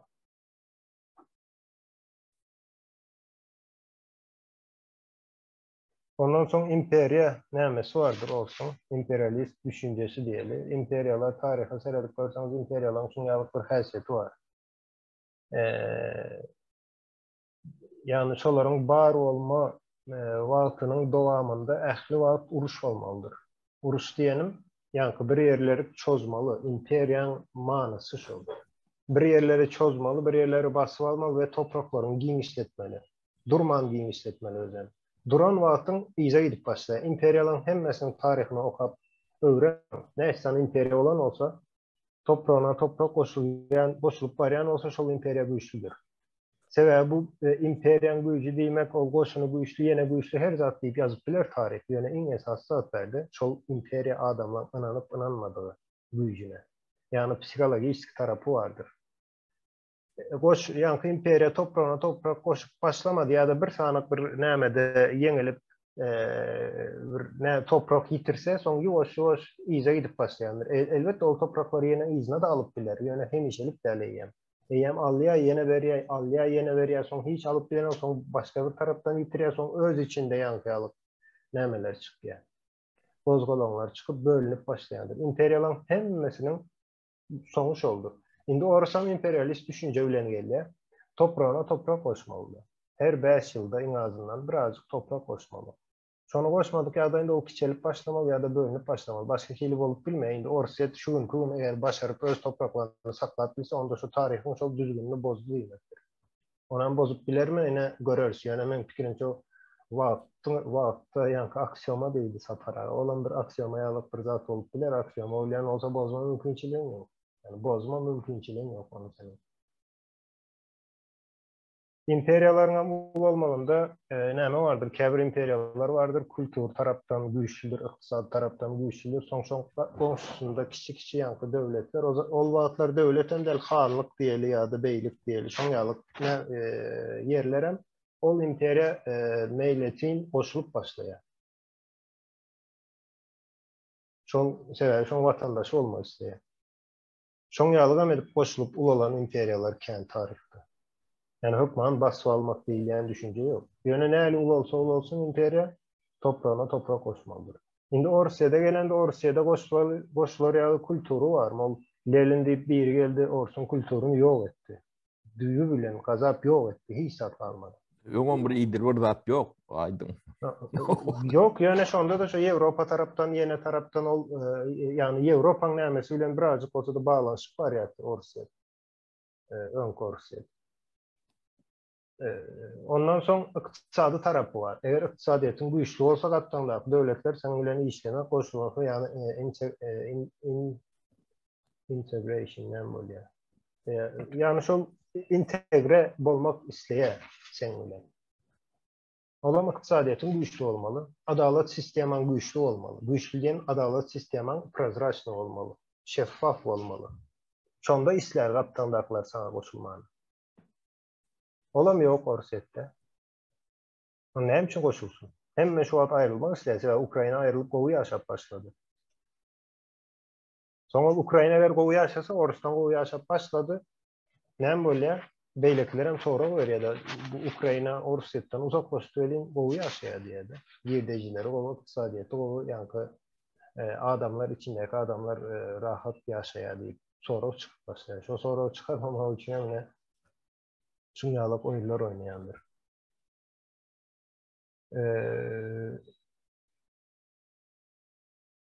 Ondan sonra yankı televizör deyilen zat vardır. Televizörde provokasiya ona olsun özel diye öz televizyoniyasında öz halkına neme veriyendir. İyimit veriyendir. Halkın sonu yoğudup bilyen. Ne için sebebi analiz edip bilmem mümkünçiliği yok. Hiç hile. Oruslarda yine bir filosofyası vardır. Yani Rus dili beyik ve güçlü bir düşünce var Oruslarda. Onun için Orus'una iki tane kitap koysan birem, Rus dilinde birem aydalı, İngiliz dilinde olsa Rus dilinde kitabı sayılar. Yani o güçlü bir anlamı. Yani ınandırıp biliptirler. Yenen bir näme vardır, yine Orus Türkmenistan'a, Oruslar gelip Türkmenistan'da yol vurup verdi, tuvalet vurup verdi, yine vurup verdi diyeler. Rusya'nın hiç sadı yoktur. Şolan hemmesini hem Avrupa'dan alandır Oruslar, şu gün hem Avrupa düşmandır. Avrupa diyenler gün vatar değil, şu gün şol sistema gün vatar sisteması. Şu gün Orus gün vatarı düşmandır. Yönü özünün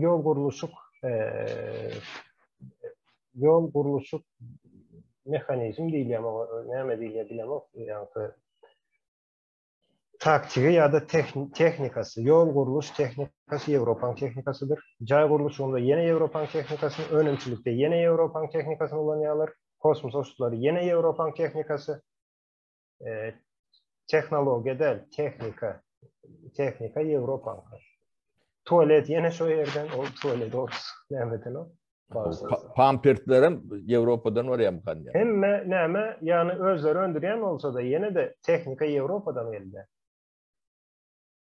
Teknika Avrupa'dan geldi.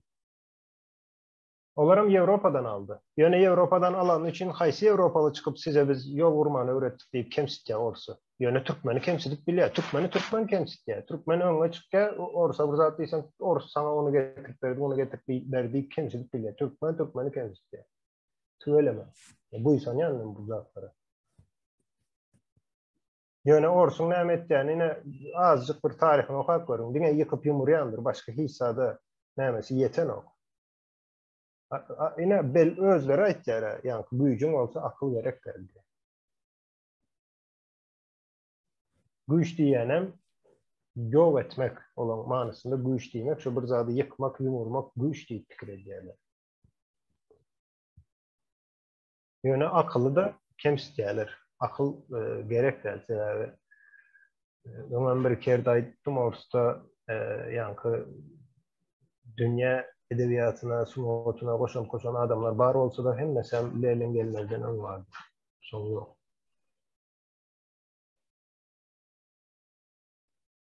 Ya ola adamların hemmesi yine Avrupa'da yetişendir yani. Fransa'dır, İtalya'dır. Şu taraf. Germanya esasen ama Orsun sol dövrlerde Germanya bilen Fransa'nın yani üstün millet yağlık görüyor Orsun vaktinde. Yani intelektüel adamlar öyle. Üstünlüğüne deyip fikir ederdiler. Köp adam şu yerden alandır. İngi önekay şkol diyen söz neyden geliyor? Germanlan sözüdür. Şkol sözü. Aydılışına çelini ütkendendir. Şkol diyenler. Bu demek neyme demek? Bilimi, Orsun öz bilimi yok. Germanya'dan alınan. Yani teknikası. Dilini, şolan alfabetini, Orsun özleri orta nämetten çıkardı. Orsun alfabetini yani Krieg alfabeti değil ya. Sonra öğrenip görün nereden geldi şol alfabeti Orsun. Ödem yan yakında gelen zaten. Balgar. Türkmenin kiyalık näme yani yazılı çeşmeler tapıp bilmezsiniz Orsun. Yan yakında gelen bir näme alfabeti. Yanlış olsa da indi size näme ben yankı veren atları verdim, kebir atları ya bir kebir tarih veren verenlerim. Tarihlerde yanlış bilen atlarda da ben yanlış bilen kebir sahip var. Himmesi anık kağıdımda değil. Baştan birazcık var. Oluyor savul aydım. Kemine söz veriyor. O demenem özün alıp bararsın kemine. Sen yok kan benimle. Sen yerini demet. Sağ olun Sapara. Ya aydanları doğru. Benim nemen hoş beren yine gün vatar bilen Rusların aratnaşı katı mühüm butayda. Gün vatar elmidama Rusya'nın bir demokrat ya da demokratika yakın bir yurt hükmünde görmek isteyenler. Şoňa değişlen hareketler var vaktinde. Bir näçe nemesi geçti de yine ikinci Dünya Uruşunda esasen son esrin dikilmeginde yine nämede umuman senatlaşmam isleýär. Şol ursanda da demokratikleşmeginde isleýärler. Bu arada 97. ýylda, ýalňyşmasam 97. ýyl bolmaly. Brzezinski deyip bir neme vardır. Yazıcı aslı Polşalı mı kendi diyen yönü Amerikanın nemesinde rayında yazıyor. Şunun bir neme kitabı var. Ulu Küç Tahtası deyip kitabı var. Geopolitika barada göçümleri düşündürüyor da. Son esasen bu kitapta ne mane Amerika'nın imperializmini düşündürecek oluyor. Şu manisini, Amerika'nın imperializmi neme mana geliyor diyen soruları veriyor. Yani içinde şunun bir esas bir neme var. Avrupa bilen bağlanışıklı geopolitikasında. Sovyetler yıkıldı diye, indi yıkılandan sonra diye dağılan Sovyet Respublikalarının şu olursa da Rusya'nın bir demokratikleşmeyini isleyendiğini ve şu vakitte köprek investisiya gerekli nemeleri, adımları edecektiğini öne sürüyor Avrupa'nın, Amerika'nın bu meselede. Eğer diye öyle diye Orsla'nın şöyle şunun bir hasiyeti var diye öz gücünü suud etmek yani oturan yerinde men güçlü deyip güçlülüğünü suud etmek yağlık bir hasiyeti var diye. Manisiz, sebepsiz bir hasiyet deyip ne medyada ben okan nemenden çıkarayan maniyim. Yani sözme söz onun yağlık yazan yok. Son diye eğer diye yine de şol önkü hasiyetine dolanıp gelmese diye Rusya neme olur diye bir demokratikleşir diye onun neticesinde de gün vatarıyla aravatnaşı düzelir ve aravatnaşı devamlılık kazanır diyen bir nemane beriyede deyip bir senaryo orta atıyor. Sonra ikinci bir senaryoda orta atıyor.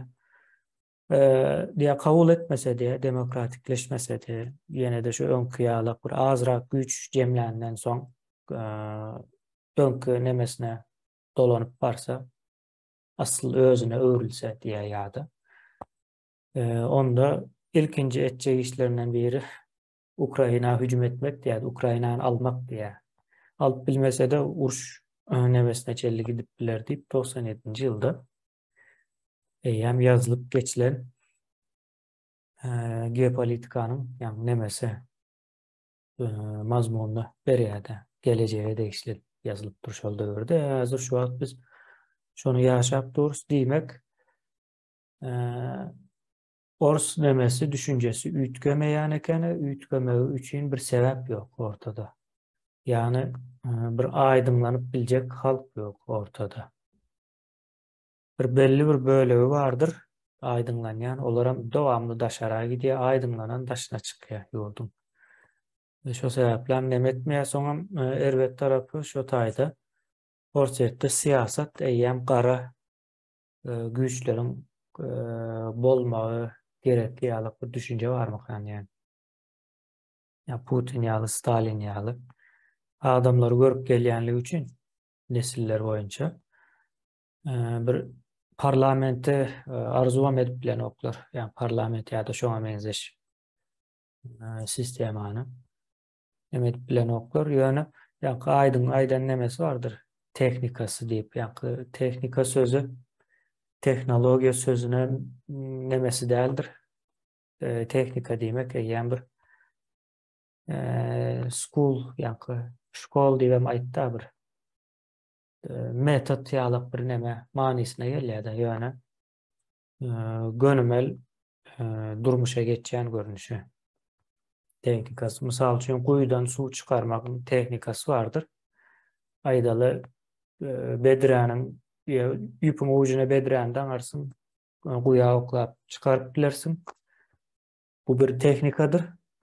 Ya da kuyunun içine özün girip su içip sonra çıkarsın. Bu bir teknikadır. Ya da nasos bilen kuyudan su çıkararsın. Bu bir teknikadır. Yani teknikanın manisi şoldur. Şu teknikasını Avrupa'dan alıyor. Avrupa'dan alıştığına sebebi Avrupa Rusya'nın demokratikleşmeyi isteyen elmede ama başından beri 300 yıldan beri diyen ya başından değil mesela şunun tarafında. Yani bilýär, howpludygyny bilýär. Pikir edin, goňşyňyz bar. Öýde ýaşaýanyz bir öý pikir edin. Goňşyňyz bar, goňşyňyzyň hem däli hatam bar elinde. Näme etjek belli ertir berýär. Şonuň ýa düzelmegini islersiňiz ýa-da şo taýda bolmazlygyny islersiňiz. Dogry dälmi? Orsaýdam şonuň ýalap goňşy. Däli goňşy. Şonuň üçin ýöne bir adam ýaldy, adam bir dälilden soň düzelmeýär, ölüp diýen aýmasa ýöne bir millet hökmünde gözeňde tutsan milletiň düzelme mümkinçiligi bar. Nesilden nesile. Yani her nesil şol milletin täze bir görünüşi bolmaly. Yani Ors milletiniň nesilleri täze görünüşe öwrilen ok. Şu öňküsi ýa-da izah etdi gidýän bolupdylar. Şoň ýaly bir ýagdaý bar Ors nemesinde. Yani düşünüp bileceğimiz dünyadaki en kesel cemiyetlerden biri ve Orsaýdyň keseli ýaýraýan bir keseldir. Ýanyna barsam yokuş ýaş o kesel. Gynançly tarapy ondan halas bolmagam kyn. Mysal üçin ol näme diýerler, gara ölüm diýip çuma diýerler, çuma diýip kesel bardy on köne döwürlerde. Öýmöý ölüp gidýärler-de. Şonu bejerip bilmändiği üçin ölen ölýär, galan galýar, şonuň ýaly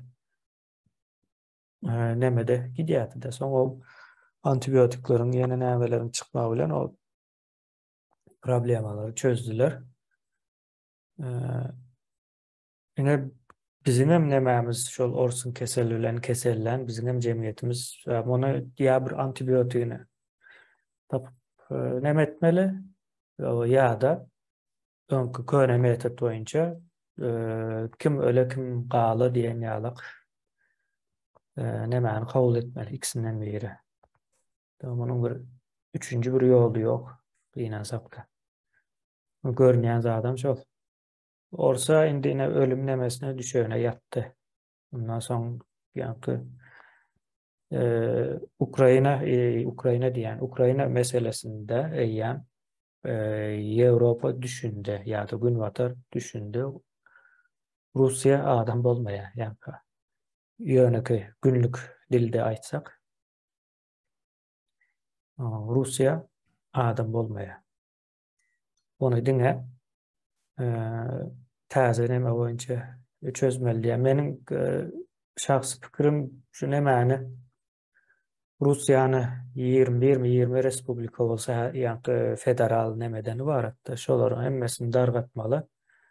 Her haýsy aýratyn bir neme bolmaly. Siýasaty, ykdysadyýaty eýe bolmaly. Şonuň ýaly bolanda da şu wagtky global ykdysadyýata gatyly goşandan boljak. Pikirediň täze 20 sany respublika ýa-da bir döwlet orta çykýa emele gelýär. Siziň hem olar bilen aýratyn neme gurmaly, gatnaşyklar gurmaly. Bu hem dünýäniň nemesini canlandyrýar. Ýa-da kulturasyny canlandyrýar, ykdysadyýatyny canlandyrýar, siýasatyny canlandyrýar. Şonuň ýaly zat gerek häzir dünýä. Meňe isleýän zat şol Russiýada gury ýer tutupdyr. Adamam ýok. Şoňa soň ýene ýa bir zat aýtjakdym. Aýtmagy geçip durup şonam aýdaýyn soň berdi. Başga kim söz aljak bolsa ona söz berer.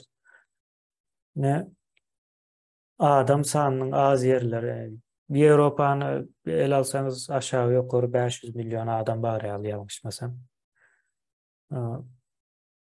Amerikany, Kanadasy bilen bile alsaňyz 400 milyona ýakyn. Meksika bilen alsaňyz hazam köp 500 milyonam geçýär. Yaponiya 150 milyon. Hytaý, Hindistany, Bangladeş, Pakistan, hatta urşun hiç durmayan Owganistanyny el alsaňyz şu wagt Orsun girip çykan ýerler bardy ýa-da postsovet ýerler bardyr.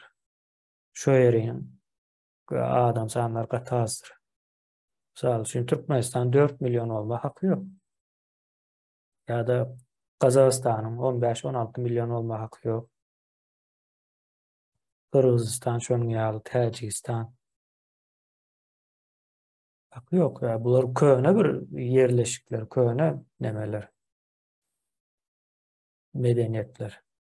Adam sany köp bolmaly. Kazaklyň sany ortlaň sanyndan kän eken.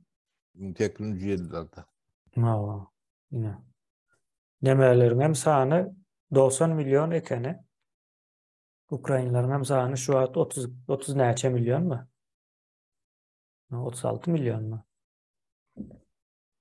Kredim 90 milyondan 36 milyona düşmek. Ne hile neme. Ama onu hemmesini öldüren değildirler, onun nemesini alıyorlar. Yok. Ne Kuban duruşunu Ukrayna Tver diye tam bu ne diye. Ha onda bir böyle o hazırki Orsiya fiil. Demirler Kavkaz'da şu Kuban'ın töwerekleri vardır. Şu taylar duruşunu şu yankı aydışyalı sağın bilen katı neme diyorlar. Hile de sağına muhtarı önem veriyorlar. Yani teritoriyan köplüğü adam sağının. Misal için Orsun köp olmalı. Kazağın kağız olmalı. Şunun zatlara da kelle ardiyan olmalılar. Hakikaten bu değerliğini edip bileceği işi. Başka zat değil mi? Umida söz vereyim. Sağ olun sözleriniz için. Şimdi ben fikirlerimi cemlep bilsem aydıp geçen şutayda. Şu ben köp vakitten beri fikirlenyen de şu Rusların şu Türkmen halkının näme Rus söýgüsü barada. Yani näme peýda gördüňiz diýen soraga jogap alyp bilmeýände her hilin bahanalar bilen jogap alýan nämemiş ýa Orus döwründe wagty magazinlarda hemme zat varmış, häzir ýokmuş. Bu bir bahanasy. Ikinciden hem ene granitsadan awganlar çozan wagty olam hakykatdan çözüldi çözülmedi nä belli o halkyň arasyndaky dedikoýdu. Gıybat. Öz-özlerinem aldayan boluşlar mümkün. Halkımız ya da şunu yalamışmışlar ortağa attılar. Orsuları goğur kezmek için gözünde. Nämemiş şu Granitsan'ı serhedi. Orsular gelip saklap durmuş. Diýmek sen Türkmen oğlu sen diýmek özüňe göwnüň ýetenok. Sen korkak. Yani yorganyň aşağına bukuldun sen. Orus seni gelip goldan olsa. Çık özüň şotaya. Özüň gora öz watanyň watan senki dälmi? Ondan sonra şu Orus bilen Ukrainanyň uruşuny ýakyndan izarlayan da Türkiýe diýe men diýe 20'den kendi TB2 Bayraktar satmadım diye Rusya'nın medyasına seresin televizyonunda 100'den geçti. Onların her gün urup düşen Bayraktar TB2'si. Türkiye aslında 20'den kendi satmandır yani Ukrayna. Yani berde öz halkını da şeyle be genosit ediyor. Yani halkam şunu yalı bir näme lüdeyet yalı açmış. Nirdene bombalanan yerlerde unitaz olsun ondan sonra Klimov olsun şollar alıp götürüyormuşlar anıra. Yani öz halkam yani şunu yalı bir lüdeyet yalı bir halk. Yani bizim Türkmen de şeydi yetiştirirler gınansak da. Şular ayıp geçen dedim. Sağ ol. O düşünce oturdulan sebep yani insan soğutsuz olsa şoňa bir asmandan bir san düşünce alıp oturdup bilýän de yani sebepsiz düşünceler olar. Sebepsiz. Näme üçin bilim, ilim buğdawnyň çökörleriniň büyük sebepleri ne? Suat aýdy otursa bolsa. Oýnumary nemedir okduram.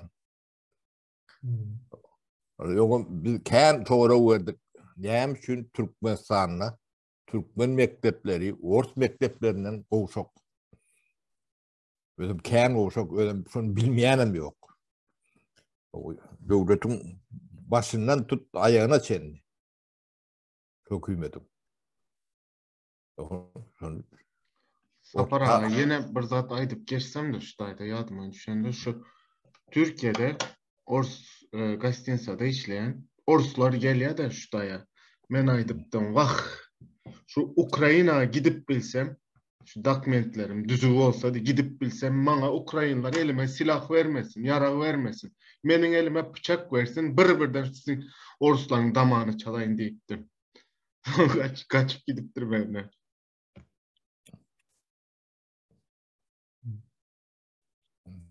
O Orslar Türkmenin kanını içti, halam kanını içip geliyor. Siz nemesini söyleyeniz bu Ors milletinin?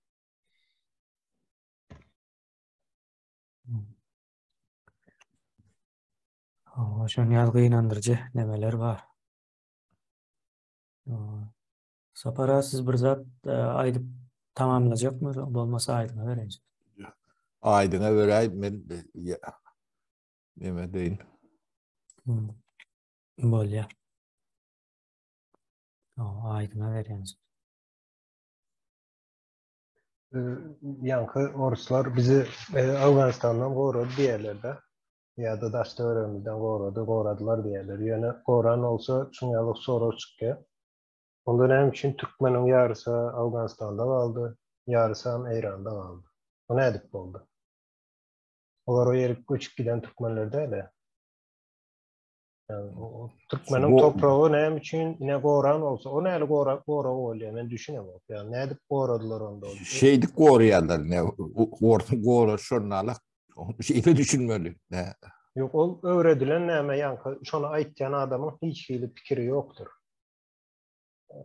Her adamyň öz düşünjesi, dünýä garaşy we pikirlerini bilme ukyby bolmaly. Bu ýokdur. Buna näme üçin nerden gelýär?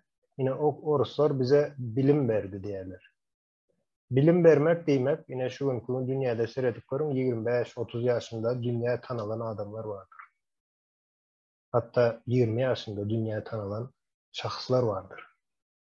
Türkmende näme üçin çykanok? Eger bilim beren olsaň miwesi bolmaly. Bağışlan, ol her kim öňüne çykyp eline taýak alyp saňa bir zat diýen olsa bilim bermek däldir, olam pedagog däldir. Türkmeniň häzirki näme üçin magtumulýalyk bir şahslar dörep bilen şu bilim beren olsa biri olmasa biri çykaýmalar. Orsun şol bilim berip başlanana 100 ýyl boldy. 100 ýylyň içinde näçe milyon adam geçti dünýäde. Şol näçe milyonyň içinden bir sanak ýekece çykan olsa, onda sen ine suwutnama bilim berdi diýip bilersin. Miwesi ýok zada nädip bilim berdi diýip bilýär. Yani bilim diýip size bilimiň suratyny görkezýär. Sizem şo surata bilim diýäňiz. Ondan soňra şo bilimi berdi. Bilim berenok bilimiň suratyny berdi. O surat bilen seni ihsap edip bilmeýär. Hakykat däl, çizilen bir surat. Onda maşynyň suratyny aldamaýyn, maşyny aldym diýip gezi bermeli. Ya da bir ayağı öýlenjek wagtyň bir gyzyň suratyny aldy, men öýlendim diýip gezi berýär onda oňalyk bilime oňaly diýen olsa. Tapaw ýok. Ine şol surat, bilimiň suraty, okumany, ýazmany öwretdiler, goşmagy aýyrmagy öwretdiler. Başga hiç zat öwredilen olar. Nädip bolýasyň? Ýanky Karl Marxmy ona tanaýan Weber'em tanamok diýeli. Nädip bolýar bu zat?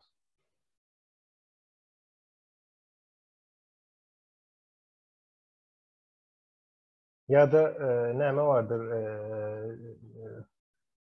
Newton tanayan, Einstein tanamok. Nädip bolup bilýär bu zat? Hemme bilim alandyr bu ýöne zatlar bular.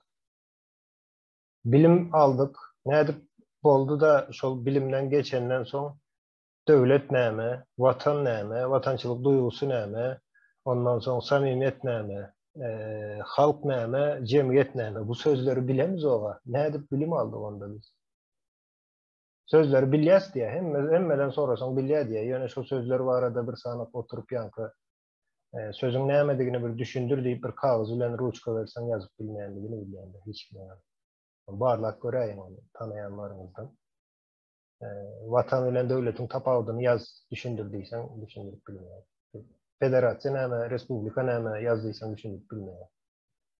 Yani oňa sen bilim diýip aýtjaň. Koşmagy aýyrmak kemine geçen bir video uradyp ýanky maýmunlaryň etýän nämesini, eksperimentde maýmunlar olan pamitini nämesini. Olan maýmuna edip bilýär söz ady. O bilimde de o.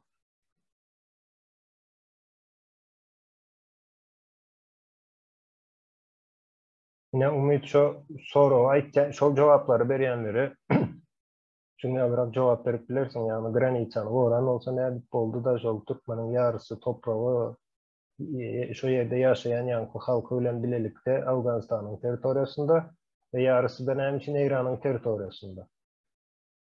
Sorap bilersin. Näme için? Nädip goradylar onda onu? Yani çoň ýaly gorap bolar, mümkin çoň ýaly gorap sistemasy ýa-da akyly. Bilim meselesinde de meyvesini örköz diýmeli. Bilim beren olsa. Meyvesi şu günkü yankı bilet satıp bilmeyenler ya da yol açıp bilmeyenler ya da pasport verip bilmeyen kadrlar mı bilimin meyvesi? Onda hiç kim baştan öyle ne diymesin yani günümü vervet diymesin. Beğenip buysan bir aşağı vermeli ne? Orsun beren biliminin neticesinde biz şu günkü yiyecek çörüğümüz tap bilemiz yok. Daşarı orada çıkıp işlememiz mecburiyetinde aliyaz. Şolan beren biliminin neticesinde biz Türkmenistan'da üniversitede gidip yani eğitim alıp bilemiz o. Daşarı orada gitmeli olacak. Neticeler yani bilemem gözünü açsan görünüp durur. Yani şu an açık bilen o ya da açmak isteyen o adamlar.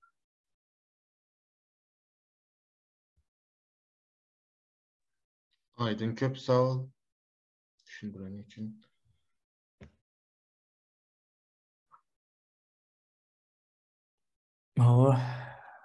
İyileşler bu cemläp bilers. Wagtymyz hem dolupdyr barur. Başga aýtjak diýjek bar bolsa. Yok bolsa da cemläp bereli.